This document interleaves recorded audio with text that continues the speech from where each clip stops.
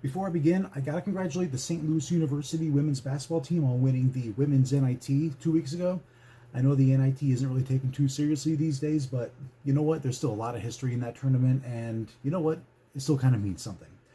I'm happy for my hometown college team. They're obviously happy to have won.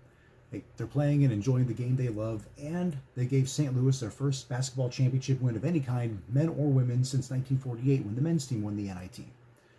And staying on St. Louis, that brings us to the subject of this video here. So, a while back, I found a cool little thing on the WNBA subreddit, a map of the closest WNBA teams to each U.S. county. Now, being from St. Louis and given our proximity to Chicago, I figured that if I hadn't already picked the Atlanta Dream, then maybe the easiest thing to do would be to pick the Chicago Sky, since there's no WNBA presence in Missouri.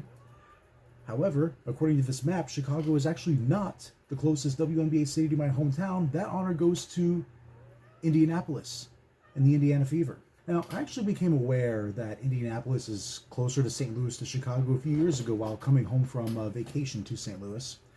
I don't live in St. Louis anymore. I'm in the Miami Valley, home of the Dayton Flyers and Wright State Raiders. While traversing I-70, I noticed several years ago on those signs that tell you how many miles to the next major cities, Chicago is actually farther by roughly 50 miles. Growing up, that city was always the number one enemy of any sports fan in St. Louis.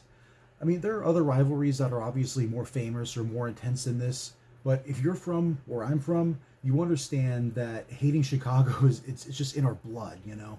Whether it's Cardinals, Cubs, Blues, Blackhawks, Tigers, Island Eye, you just grew up hating them. But now I'm reminded that Indianapolis is actually closer. I mean, I can definitely understand why Indy St. Louis was never really much of a rivalry. There's no real battleground there.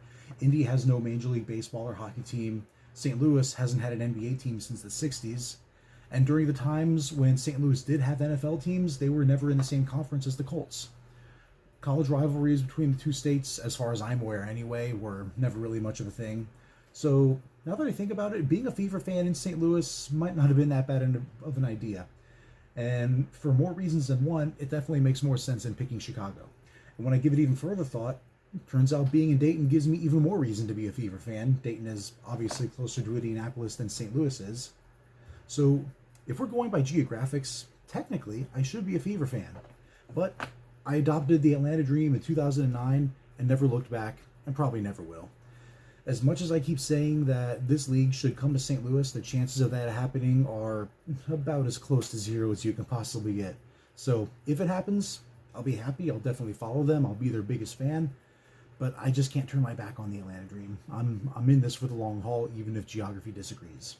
Now, for those of you who don't know why I'm an Atlanta Dream fan, despite living nowhere near Atlanta and growing up in a non-WNBA market, here's a link to the video where I explain that.